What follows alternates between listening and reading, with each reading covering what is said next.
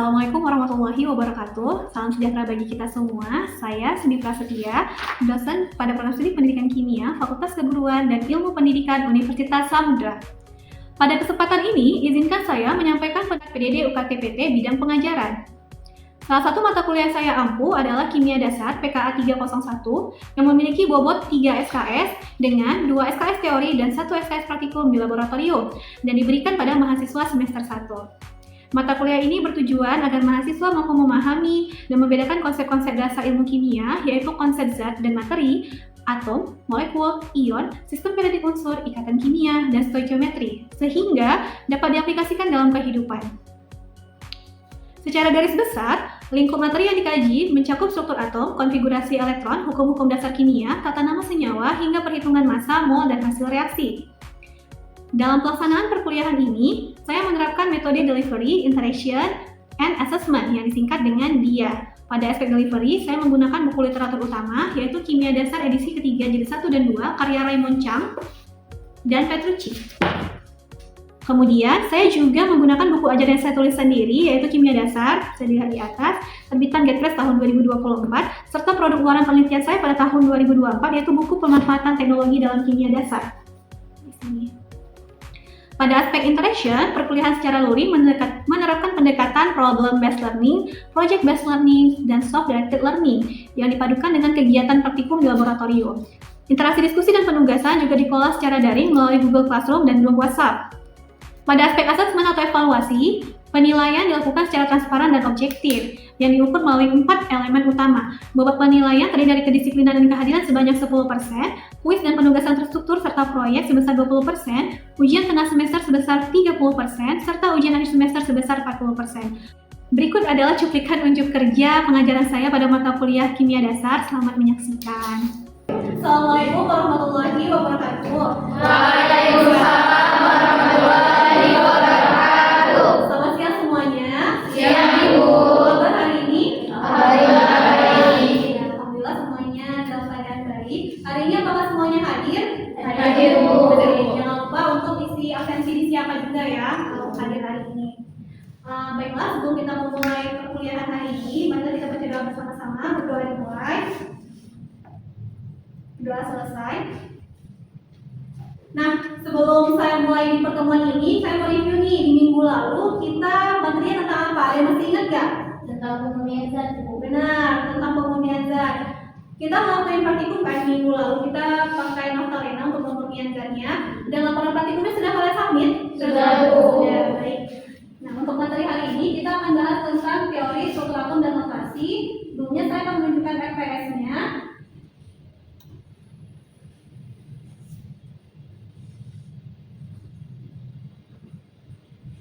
Ini FPS-nya. Untuk pertemuan hari ini kita masuk ke pertemuan ketiga, yaitu CPMK 3 mampu menganalisis teori atom, struktur atom, dan notasinya. Kemudian hari ini kita akan memakai model problem-based learning. Kalian akan mengerjakan KKM dan diskusi kelompok.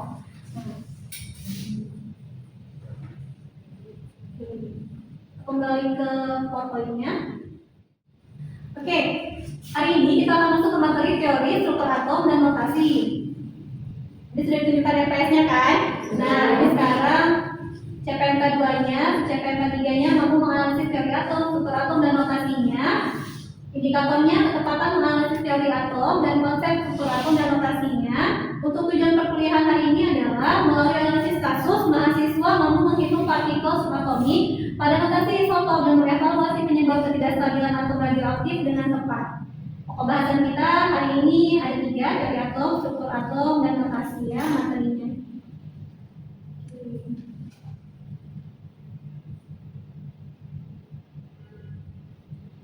Kita masuk ke teori atom. Ini merupakan gambaran perjalanan teori atom. Dari zaman dahulu kala, teori atom itu dimulai oleh Democritus, kemudian ditemukan kelemahannya oleh Dalton, lanjut ke Thomson, kemudian lagi dikembangkan oleh Rutherford, kemudian dikembangkan oleh Bohr dan mekanisme kuantum. Yang terakhir kita pakai untuk teori atom sekarang. Kita mulai dari teori atom Democritus. Nah, itu Bapak Democritus. Democritus bilang bahwasannya semua materi tersusun dari partikel kecil yang nggak bisa dibagi-bagi lagi. Yang disebut atomos. Atomos dibagi-bagi, makanya namanya atom. Kemudian si Dalton mengemukakan bahwasannya atom itu seperti bola pejam. Dia bilang, benar nih, bola pejam. Dia terdiri, setiap unsur terdiri dari partikel kecil yang nggak bisa dibagi-bagi lagi. Nah, atau nggak bisa diciptakan dan dimusnahkan. Kemudian atom satu unsur itu adalah identik. Misal nih, kira-kira atom unsur emas apakah sama dengan atom unsur besi? Beda, makanya disebut atom-atom dari suatu unsur itu identik. Kemudian teorinya itu dikembangkan lagi oleh Thomson. Jadi Thomson itu melakukan percobaan dengan sinar kapoda. Dia menemukan partikel bermuatan negatif yang kemudian disebut dengan elektron. Nah, mungkin kalian juga sering lihat nih teori Thomson. Ini kayak apa kira-kira? Ya, seperti benar sekali, seperti roti kismis ya. Jadi kalau misalnya atom itu adalah bola pejal yang positif, kata si Thomson, di atasnya itu ada elektron tersebar-sebar nih, kayak kismis. Makanya lebih terkenal dengan roti kismis. Nah, atom itu dia bilang tidak bermuatan alias netral. Seiring berkembangnya ilmu pengetahuan, si Rutherford dan teman-temannya ini melakukan percobaan penembakan lempeng emas dengan sinar alfa. Nah, ternyata dari gambar ini apa yang bisa kalian lihat? Sinar alfanya ada yang diteruskan, ada yang betul mengantungkan, benar sekali. Nah, dari sini mereka mengambil kesimpulan bahwasanya atom itu pasti tersusun dari inti atom. Keluarlah proton dan neutron yang bermuatan positif dan elektron betul elektron negatif. Yang tidak bermuatan itu si neutron. Tapi elektron ini dibilang mengelilingi inti seperti kira-kira lintasan seperti ini. Lintasannya sendiri ya. Sebagian besar volume atom merupakan ruang kosong, kemudian atom bersifat netral. Nah, kemudian Bohr ini merupakan teori yang lain lagi. Dia menemukan bahwasannya kalau seandainya nih elektronnya seperti ini, one day kan mereka pasti akan saling bertubuhkan ya. Nah, inilah kelemahan si Rutherford yang dikembangkan oleh Bohr. Nah, menurut Bohr seharusnya mereka memang elektron ini mengelilingi inti atom, tapi pada apanya nih? Dia mempunyai lintasannya sendiri. Tidak benar nih, memiliki lintasannya sendiri sehingga kemungkinan bertabrakan itu tidak ada. Karena kalau elektron bertabrakan, kemungkinan kan atomnya musnah. Kalau musnah ya seharusnya tidak ada apapun di dunia ini. Seperti itu ya. Jadi elektron mengelilingi inti atom pada lintasan tertentu yang stasioner yang disebut pulling. Elektron bisa berpindah apabila menyerap atau memancarkan energi. Jadi kalau nanti ada energi masuk kemari, elektronegatif ini akan terganggu dia. Dia menyerap. Nah, kalau dia menyerap bisa jadi dia akan keluar atau dia akan naik ke depan, tergantung bentuk energinya. Seperti itu. Nah, yang terakhir ini teori mekanika kuantum ditemukan pada tahun 1930. Pada tahun ini ada 3 teori utama yang jadi latar belakangnya. Yang pertama dari Broglie, Heisenberg, kemudian dari Schrödinger. Intinya dari 3 teori ini kita dapatin bentuk atom yang seperti digambarkan. Intinya atom itu tetap punya inti atom. Kemudian elektron itu bentuknya seperti awan, kayak gelombang. Nah, kemudian dia punya orbital juga dan mulai ada yang namanya bilangan kuantum yang akan kita pelajari ke depannya. Kalau dulu mungkin di SMA ada yang NLMS seperti itu. Oke, sampai dari atom sini ada yang ditanyakan? Sudah paham? Sudah. Kita langsung masuk ke materi kedua yaitu struktur atom. Nah, struktur atom ini terdiri dari 2 tadi kan, inti atom dan atom sebenarnya yang isinya elektron. Inti atom ini terdiri dari proton dan neutron. Nah, kemudian ini singkatannya apa kalau untuk atom ini? Singkatannya itu adalah kalau kita ngajarin ke siswa-siswa, singkatannya itu adalah PEM.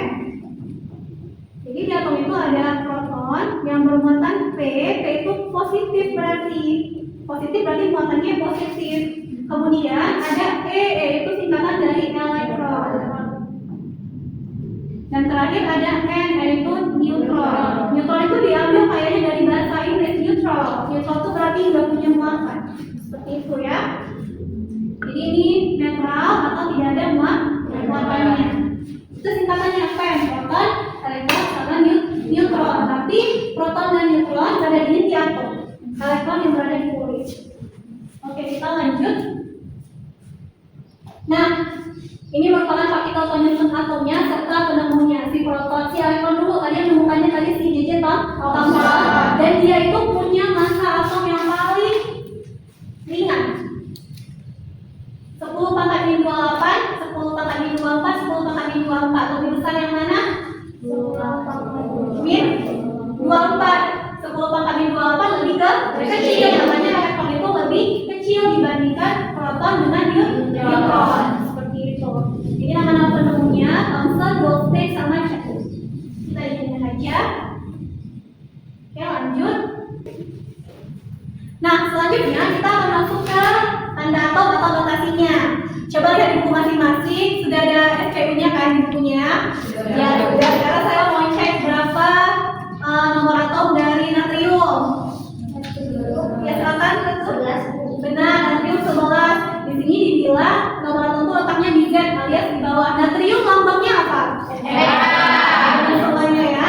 Natrium itu lambangnya Na. Jadi kalau kita tuliskan contohnya Na 11 di bawah, nomor masanya berapa? 3. Nah, ini namanya notasi atom. A, Z, A itu melambangkan nomor massa dan Z itu melambangkan nomor atom. Oke, kita lanjut. Nah, pada atom yang netral kayak natrium yang diam aja, nggak berikatan sama siapa-siapa, atau besi yang lagi diam aja, itu jumlah muatan positif sama dengan jumlah muatan negatifnya. Sehingga nomor atom itu bisa mewakili jumlah proton dan jumlah elektron. Tapi syaratnya harus netral, bukan ion. Nanti setelahnya kita akan belajar ion di pertemuan yang lain. Jadi caranya itu adalah netral. Netral itu nggak ada embel-embel di atasnya. Misalnya Na aja, bukan Na plus. Nah, ini namanya udah ion. Ini nggak masuk kategori. Tapi kalau ini masuk, ini jumlah protonnya akan sama dengan jumlah elektron. Seperti itu.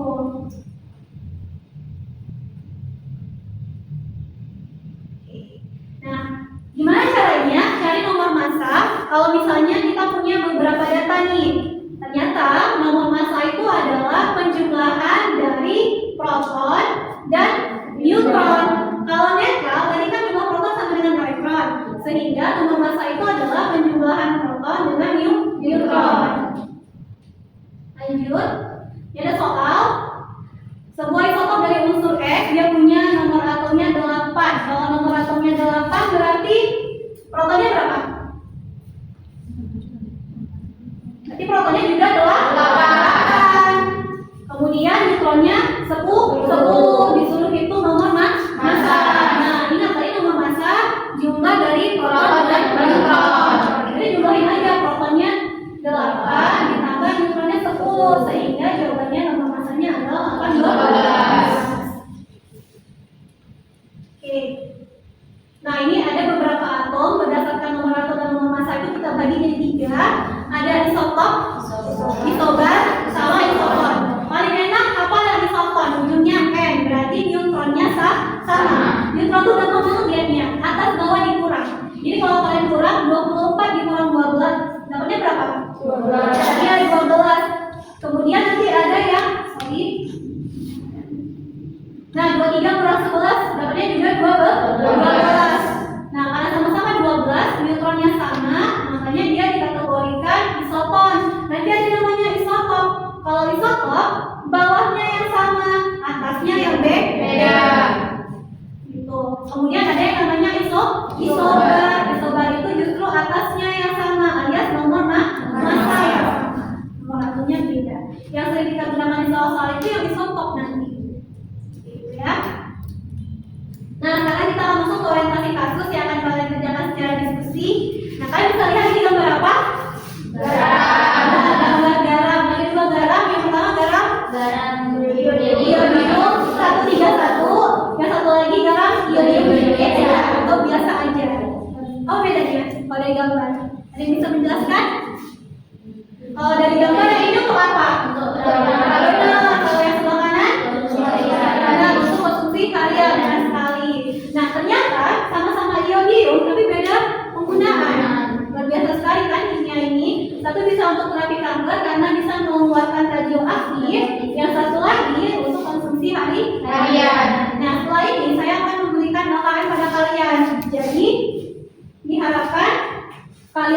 berkelompok. Ya, ini orientasi masalahnya. Nanti yang lainnya juga ada di sini juga. Nah, ini adalah lembar kerja mahasiswa yang harus kalian kerjakan. Udah semua di dalam kelompok kan? Sudah. Ada 3 pertanyaan yang harus dijawab. Tadi kasusnya dibahas tentang iodid yang sebagai terapi kanker, yang kedua sebagai garam. Ternyata bisa beda. Dan itu semua dipengaruhi oleh struktur atomnya. Ini saya bagi LKPD-nya atau LKM-nya. Silakan didiskusikan dalam waktu beberapa menit. Setelah itu kalian akan menyajikan hasil diskusinya ke depan. Oke? Kalian ditanyakan silakan. Ini.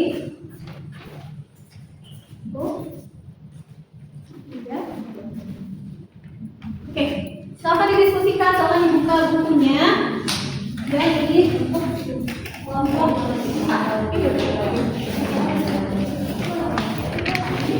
jika ada yang ingin ditanyakan, silakan ditanyakan tentang iodinnya.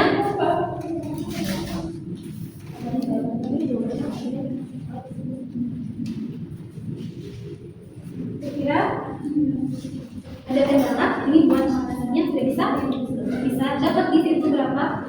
Nomor masanya berapa? Ada yang iya.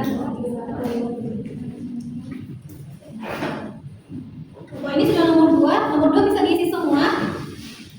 Bisa? Ada kendala? Tidak ada. Oke. Kita lanjut ke nomor selanjutnya. Oke, sudah yang nomor 3. Apa kendala nomor 3? Coba lihat gambarnya, apa yang beda di sini? Apa yang beda?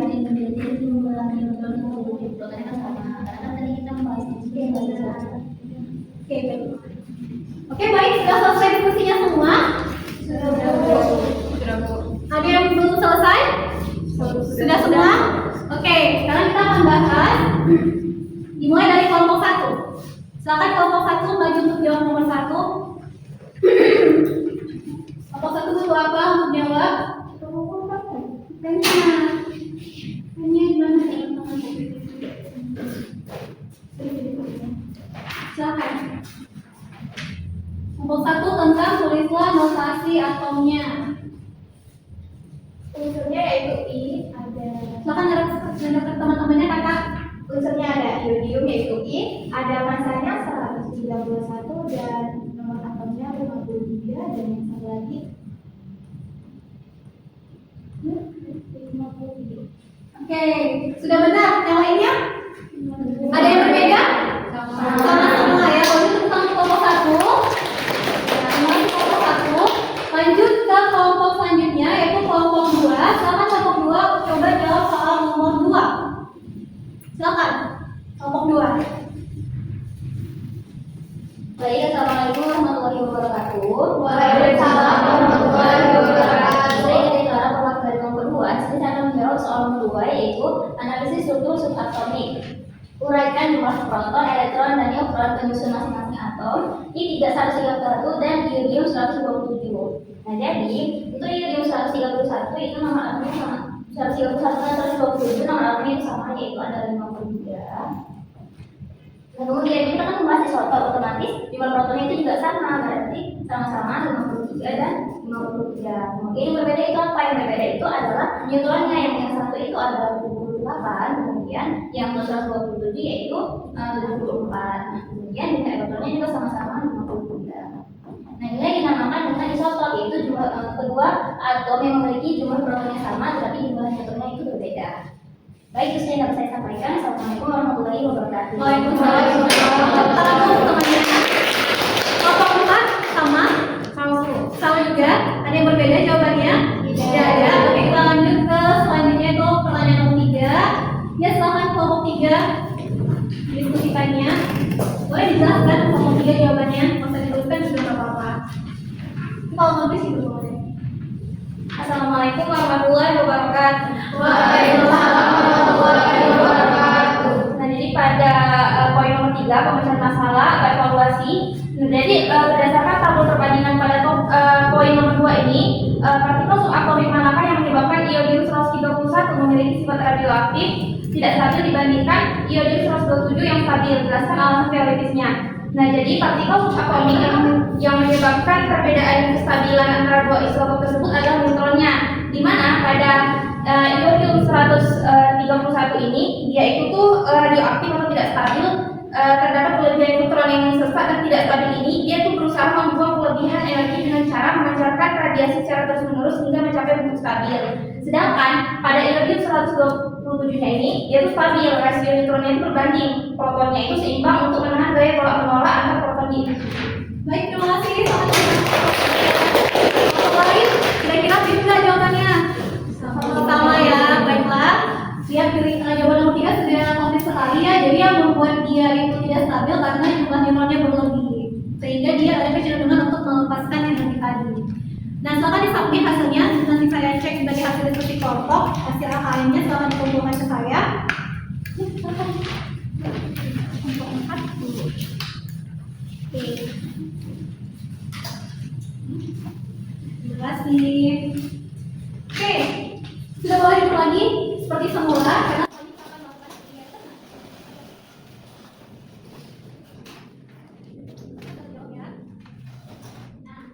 sekarang untuk menguji kepahaman kalian tentang materi yang diberikan hari ini, kita akan melakukan sedikit latihan soal. Silakan di link berikut ada TPS Playground atau langsung nanti dengan kodenya 13674 ya. Silakan semuanya. Oke, sudah masuk semuanya? Sudah.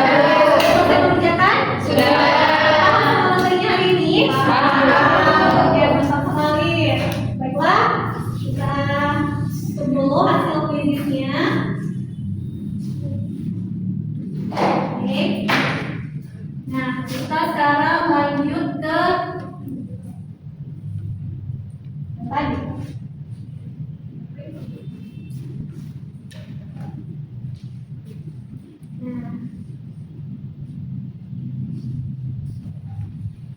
Apa yang bisa disimpulkan dari pembelajaran hari ini? Ada yang bisa menyimpulkan nggak?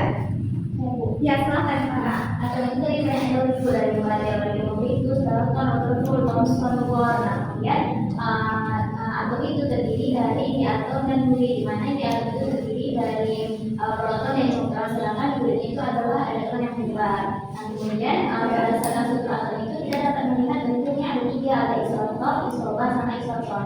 Baik, terima kasih Pak. Baiklah, hanya sekian materi untuk hari ini. Sebelum saya menutup pembelajaran hari ini, saya akan memberikan tugas kelompok, yaitu ada temanya. Setiap kelompok akan memilih satu teori atom dari daftar berikut untuk kemudian dibuat poster atau edukasi model dan lain-lain yang sesuai. Kelompoknya tadi aja yang kelompok ketika kita diskusi masalah tentang iodium, kan? Nah, untuk minggu depan kita masuk ke sub materi selanjutnya. Silakan dibaca-baca sesuai yang ada di TPS ya. Baiklah, ada yang ditanyakan untuk materi hari ini? Sudah paham semuanya? Semuanya. Terima kasih untuk hari ini. Saya ucapkan assalamualaikum warahmatullahi wabarakatuh.